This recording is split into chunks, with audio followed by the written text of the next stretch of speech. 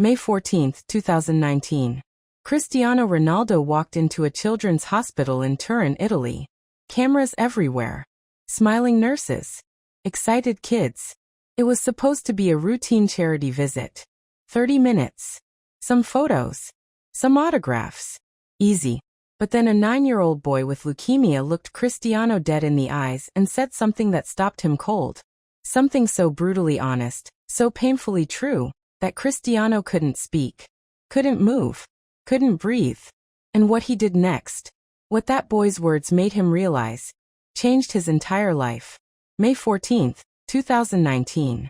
Regina Margherita Children's Hospital in Turin. Cristiano Ronaldo had done hundreds of these visits over his career. Hospitals. Orphanages. Schools. It was part of being a global superstar. Part of giving back. Part of managing his public image. His PR team had scheduled this visit months ago. 30 minutes at the pediatric cancer ward. Meet some kids.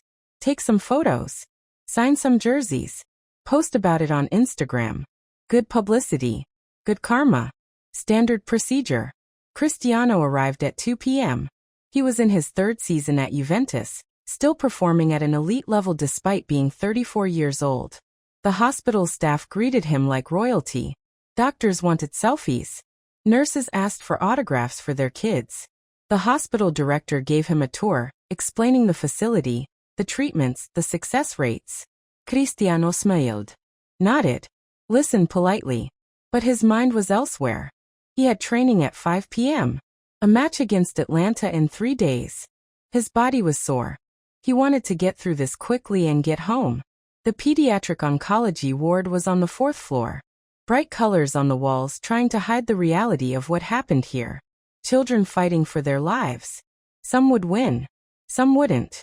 As Cristiano walked down the hallway, he could see kids pressing their faces against the glass doors of their rooms, desperate for a glimpse of him. He waved. They screamed with joy even though they couldn't hear him through the glass. The director led him to the common area where about 15 kids were waiting. Ages ranging from 5 to 14. All bald from chemotherapy. All thin and pale. All wearing hospital gowns with cartoon characters on them. They'd been told Cristiano Ronaldo was coming. Some didn't believe it. Some had been too sick to care. But now, seeing him walk in, even the sickest ones sat up straighter, smiled wider, found energy they didn't know they had. Cristiano put on his public face. The warm smile. The gentle voice. The practiced charm he'd perfected over 20 years of fame. Hello everyone. How are you all doing today? The kids erupted, shouting his name. CR7. CR7. CR7. He spent a few minutes with each one. Asked their names. Where they were from. What their favorite Juventus moment was. He signed jerseys, soccer balls, posters. Took selfies. Made jokes. Played his role perfectly. But the whole time, Cristiano was aware of one boy who wasn't participating. A kid maybe 9 years old, sitting in a wheelchair in the corner, away from the group. He wasn't smiling. Wasn't excited. Just staring at Cristiano with these intense, dark eyes. Something about that stare made Cristiano uncomfortable. Most kids looked at him with awe. Worship. This kid looked at him like he was studying a puzzle he couldn't solve. After about 20 minutes, the PR handler whispered, "We should wrap up soon." Cristiano nodded. He'd done his duty. Checked the box. Time to leave. But as he started saying his goodbyes, the boy in the wheelchair spoke for the first time. His voice was quiet but clear. "Mr. Ronaldo, can I ask you something?" Cristiano turned, surprised. The whole room went quiet. Everyone wanted to hear what the boy would ask. Cristiano walked over, knelt down to be at eye level with the wheelchair. "Of course. What's your name?" The boy looked at him without emotion. "My name is Marco. And my question is, are you real?" Cristiano laughed, thinking it was a cute question. "Yes, I'm real. You can touch my hand if you want." He extended his hand. Marco didn't take it. "That's not what I mean. I mean, are you real? The real you? Or are you just playing a character?" The room got uncomfortable. The nurses shifted nervously. The PR handler stepped forward to intervene. But Cristiano held up a hand to stop her. He looked at Marco with genuine curiosity now. What do you mean? Marco's eyes didn't leave Cristiano's face. I mean, you're smiling. You're being nice. You're doing everything perfect. But I don't think you actually want to be here. I think you're just doing this because you have to. So I'm asking, is the real Cristiano Ronaldo here? Or just the famous one? Cristiano felt like he'd been slapped. This 9-year-old kid had just seen through him completely, had called out the performance, had recognized the mask. No one said anything. The other kids looked confused. The adults looked mortified. And Cristiano didn't know what to say. Because the kid was right. He wasn't really there. Not emotionally. He was going through the motions. But what Marco said next was even worse. Cristiano was still kneeling in front of Marco, trying to figure out how to respond to being called out by a 9-year-old. Before he could speak, Marco continued. You know what I think? I think you're not really here because you care about us. You're here because someone told you it's good for your image. You're here because it makes people think you're a good person. But a truly good person wouldn't need cameras to prove it. The PR handler finally stepped in. Marco, that's very rude. Mr. Ronaldo is a very busy man who took time out of his day to visit you all. Marco didn't look at her. Kept his eyes on Cristiano. That's exactly my point. If he's so busy, why come at all? Why not just donate money and let us have our treatments in peace? Why does he need to come here, take pictures with dying kids and post it online? Who is this really for? Us or him? One of the nurses tried to apologize. Marco has been having a difficult time lately. The treatments make him emotional but Cristiano held up his hand again. No. Let him speak. I want to hear what he has to say. He looked at Marco. You think I'm using you? For publicity? Marco Nadith. I know you are. Everyone who comes here does the same thing. Politicians. Athletes. Celebrities. They come. They smile. They take their pictures. They post on social media about how they gave back to the community. And then they leave and forget we exist. Until the next time they need good publicity. He paused. You're just better at it than most people. More convincing. But I can see it. You're not here. Not really. Cristiano felt anger rising. How dare this kid judge him? How dare he make assumptions? Cristiano had donated millions to children's hospitals over the years. Funded treatments. Paid for surgeries. He'd done more for sick kids than this boy would ever know. But before he could defend himself, Marco said the thing that shattered him completely. You know what the difference is between you and my dad? My dad works at a factory. Makes barely enough money to pay for our apartment. He's not rich. He's not famous. Nobody knows his name. But you know what? He's here. Every single day. He sleeps in that chair next to my bed. He holds my hand during chemotherapy. He cries when I'm in pain. He reads to me when I can't sleep. He's present. Really present. Not pretending. Not performing. Just there. You have all the money in the world. All the fame. All the resources. But I bet you're not really there for your own kids either, are you? The room went completely silent. You could hear machines beeping in distant rooms. Someone's breath. Nothing else. Cristiano's face went white. His hands started shaking. Because Marco was right. Devastatingly, brutally, painfully right. Cristiano was barely present for his own children. He saw them, sure. Lived in the same house. But present? Really present? When was the last time he'd sat with them without checking his phone? When was the last time he'd played with them without thinking about training? When was the last time he'd just been with them? One of the other kids, trying to break the tension, said, Marco, stop being mean.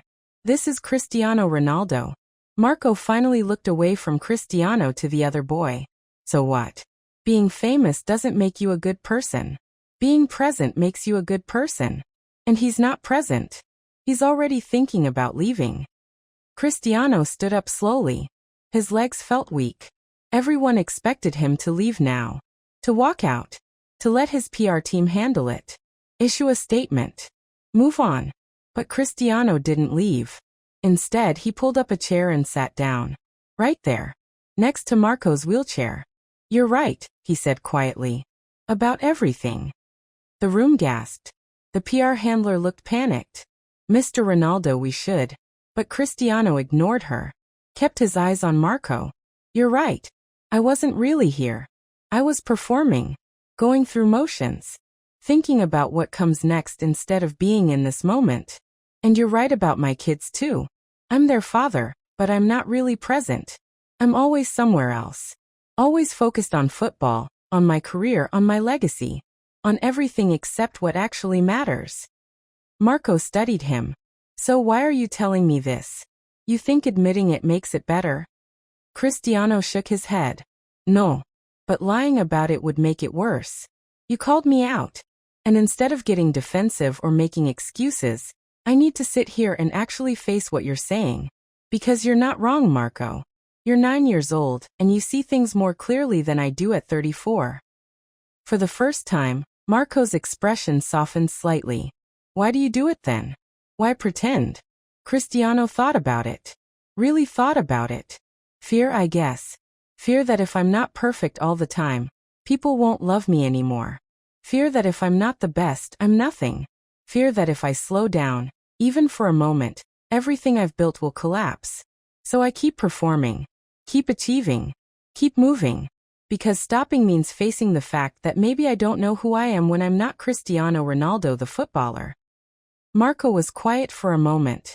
Then he said something that would haunt Cristiano forever. You know what's sad? I'm 9 years old, and I might die before I turn 10. I have a 60% chance of surviving this cancer. But I know who I am. Marco Santini. I like pizza. I hate math. I love my parents. I want to be a veterinarian if I survive. I know exactly who I am. But you have everything. Health. Money. Fame. Success. And you don't even know who you are when nobody's watching. That's the real tragedy here. Cristiano felt tears forming. A 9-year-old dying of cancer was pitying him. The absurdity of it. The brutal truth of it. The shame of it. The PR handler tried again. Mr. Ronaldo, we really should. Cristiano cut her off. Cancel the rest of my schedule today. She looked shocked. But you have training at 5. The coach will. Cristiano pulled out his phone and texted his coach directly. Family emergency. Can't make training. So He put his phone away and looked at Marco. I'm staying. If you'll let me. Not for pictures. Not for publicity. Just to talk. Really talk. Can we do that? Marco looked suspicious. Why? Cristiano smiled.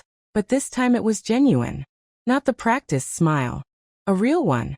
Because a 9-year-old just gave me a wake-up call I desperately needed. And I want to understand how someone so young can be so wise. And honestly, because I don't want to leave here and go back to pretending. Not yet. I need a few more minutes of being real. Marco considered this. Then nodded. Okay. But everyone else has to leave. Just us. The nurses protested. Marco, we can't leave you alone with. Marco cut them off. He's not going to hurt me. He's Cristiano Ronaldo. He hurts opposing teams, not cancer kids. It was the first time he'd shown any hint of humor. Cristiano left. A real laugh. The staff reluctantly left. The PR handler looked like she might have a heart attack. Mr. Ronaldo, I strongly advise against. Cristiano looked at her firmly. I'll be fine. Give us 30 minutes. She left, muttering about lawsuits and protocols. The other kids were moved back to their rooms, disappointed but understanding that something important was happening. Now it was just Cristiano and Marco in the common area. 2 people. No cameras. No audience. No performance. Cristiano pulled his chair closer. Can I ask you something now? Marco Nadith. When did you figure out that people were just performing for you? Marco thought about it. About 2 months ago. A politician came. Big smiles. Brought gifts. Took 1 million pictures. Posted everywhere about his heartwarming visit with brave children. Then 2 weeks later, my mom saw him at a restaurant. She went up to thank him for visiting. He looked at her like he had no idea who she was. Didn't even remember me. That's when I realized. We're props. We're feel-good stories for people to use. None of them actually care. Cristiano felt sick. I'm sorry that happened to you. Marcos Dragt. It's fine.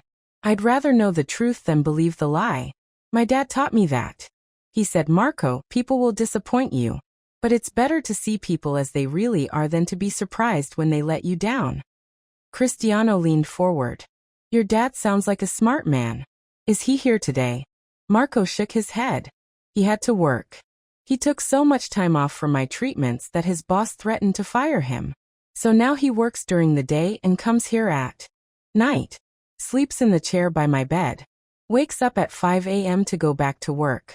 He's exhausted all the time. But he's here. Every night. Without fail. Cristiano thought about his own father. José Dini Saveiro. Died of alcoholism when Cristiano was 20. They'd had a complicated relationship. His father was never really present either. Always drinking. Always absent even when he was in the room. And here was Marco's father. Poor. Unknown. Exhausted. But showing up. Being present. What's your father's name? Cristiano asked. Antonio. Antonio Santini. Why? Cristiano pulled out his phone. Because I want to meet him. And I want to do something for him. What factory does he work at? Marco looked confused. Why do you want to know? Cristiano smiled. Because if you're right, and I need to learn what it means to really be present, I should learn from someone who knows how. And it sounds like your father is that person. Marco studied Cristiano's face. Looking for the performance. Looking for the angle. But he didn't find it. You're serious? Cristiano naidid. Completely serious. No cameras. No pere. Just me wanting to understand what I'm missing. Marco was quiet for a long moment. Then he said he works at Fiat. Assembly line. Second shift. 2 p.m. to 10 p.m. Cristiano made a note in his phone. Thank you. Now, while we're being honest with each other, can I ask you something personal? Marco Nadith. You said you have a 60% chance of survival. Are you scared? It was a question nobody had asked Marco directly. Everyone tiptoed around it. Use gentle language. You're so brave. You're a fighter. Stay positive. But nobody just asked, are you scared? Marco's eyes got watery. Terrified. Every single day. I wake up and my first thought is this the day I start dying? I look at my parents and think, how many more times will I see them? I hear other kids in the ward dying at night. The sounds. The machines. The crying families. And I think that's going to be me soon. Cristiano felt his own tears coming. I can't imagine how hard that is. Marco wiped his eyes. You know what the worst part is? Everyone treats me like I'm already dead. They talk to me like I'm fragile.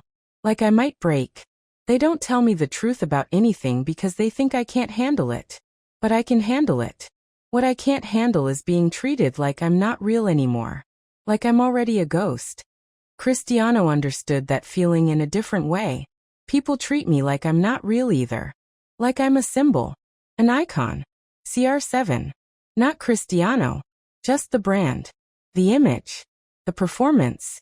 Sometimes I feel like the real me died years ago, and now there's just this thing that everyone projects onto. Marco looked at him with something like understanding. So we're both ghosts. Just different kinds. They sat in silence for a moment. Two people who felt invisible despite being seen by everyone. Then Marco asked, do you love your kids? Cristiano was taken aback. Of course I do. Why would you ask that? Marco's voice was gentle but firm. Because loving someone and being present for them are different things. My dad loves me. But what makes him a good father isn't the love. It's that he shows up. Every day. Even when he's tired. Even when it's hard. Love is easy. Presence is hard. Those words hit Cristiano like a physical blow. You're right. I love my kids. But I'm not present for them. Not really. I'm always thinking about the next match.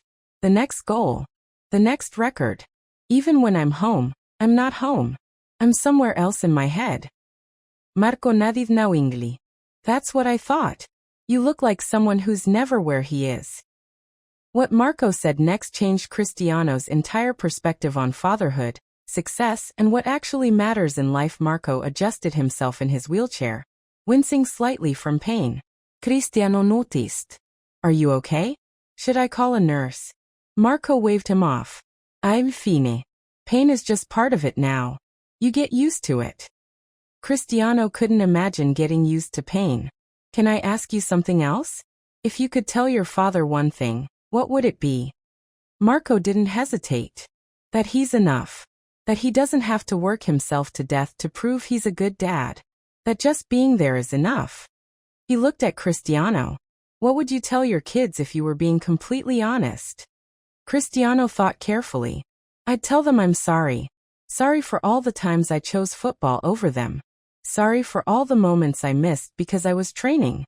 Sorry for not being the father they deserved, because I was too busy being the footballer the world wanted. His voice cracked. I'd tell them that I love them, but I don't know how to show it because my own father never showed me. Marco's expression softened completely now. You know what I learned being sick?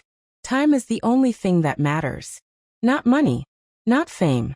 Not achievements. Time. Because time is the one thing you can't get back. My dad gets it. He could work more hours. Make more money. But instead, he chooses to spend his time with me. Even though I might die anyway. Even though all that time might be wasted if I don't survive. He chooses me. That's love. Real love. Cristiano wiped his eyes. How are you so wise? You're 9 years old. Marco smiled sadly. Cancer teaches you things. It strips away all the bullshit. All the things that don't matter. When you might die, you figure out real quick what's actually important. And it's never the stuff people think. It's not success or money or being the best. It's connection. Presence. Being real with the people you love. Cristiano leaned back in his chair. I've spent my whole life chasing being the best. Best player. Most goals. Most trophies. I thought that's what would make me happy. Make me enough. But you're right. I don't even know who I am without all of that. If I couldn't play football tomorrow, I wouldn't know what to do with myself. Marco looked at him seriously. Can I tell you what I see when I look at you? Cristiano nodded.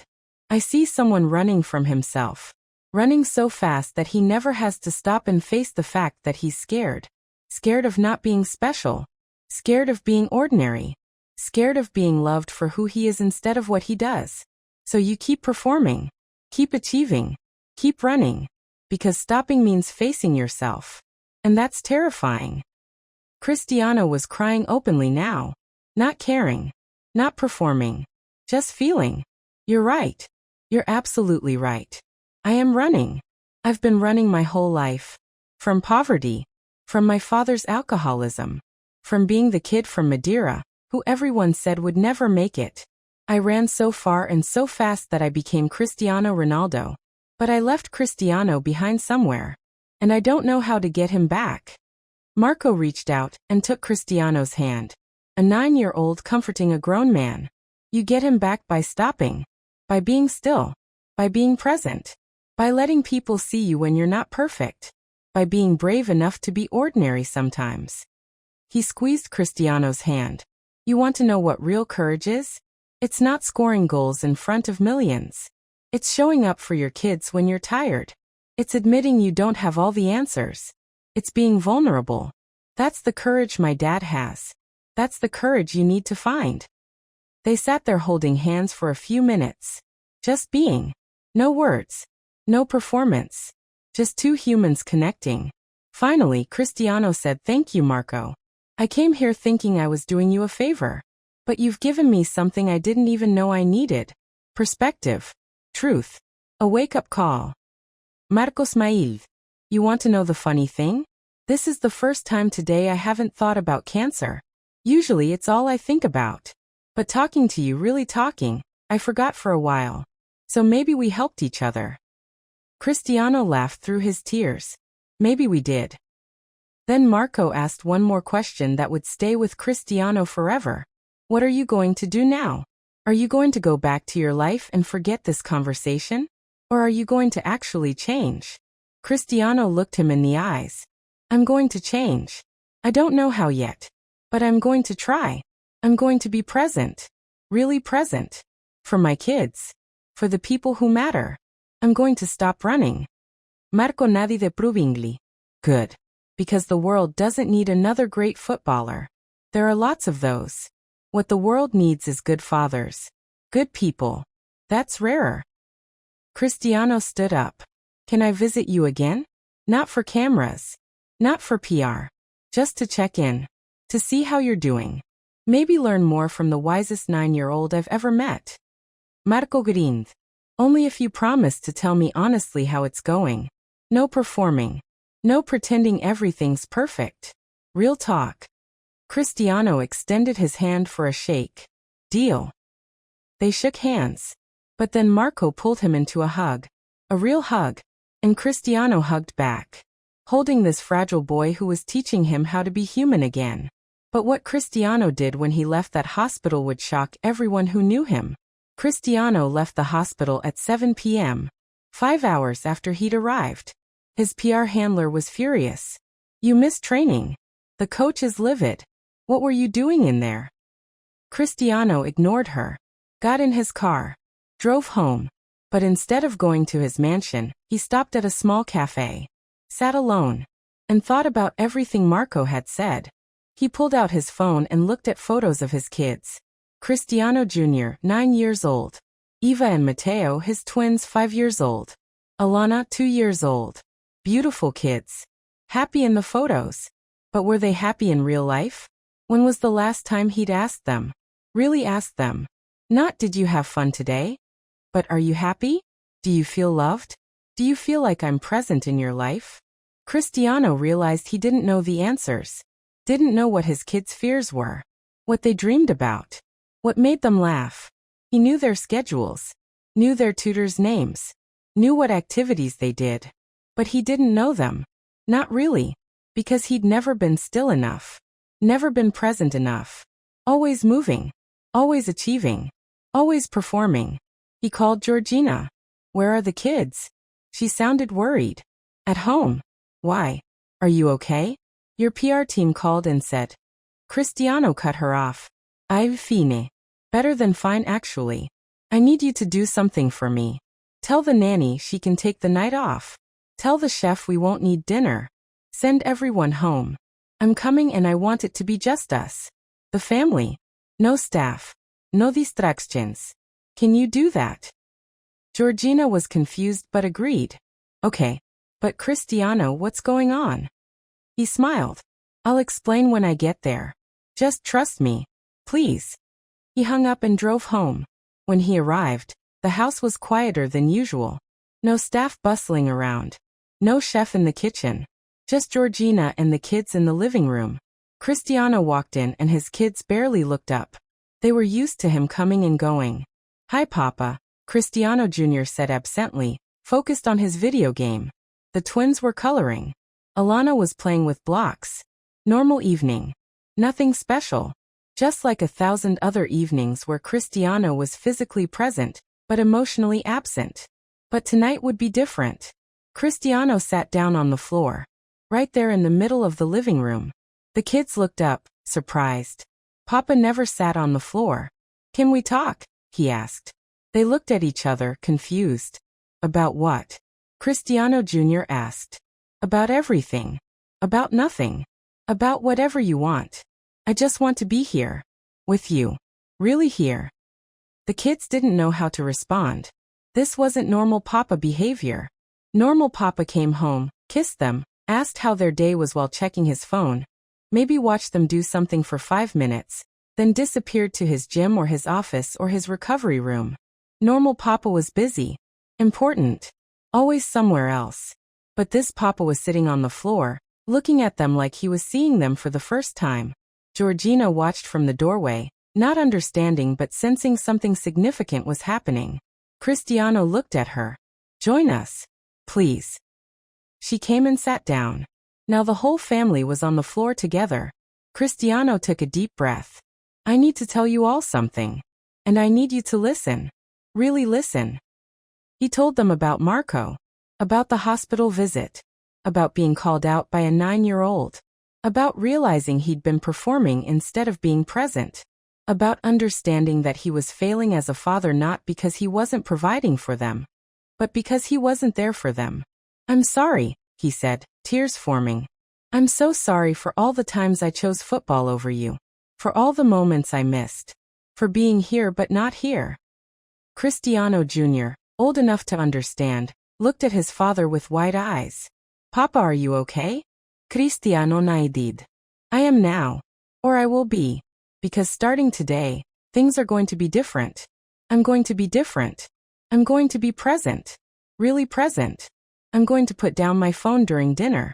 I'm going to play with you without thinking about training. I'm going to ask you about your day and actually listen to the answer. I'm going to be the father you deserve." Eva, one of the twins, asked innocently, "Does that mean you'll come to my dance recital next week?" Cristiano felt his heart break.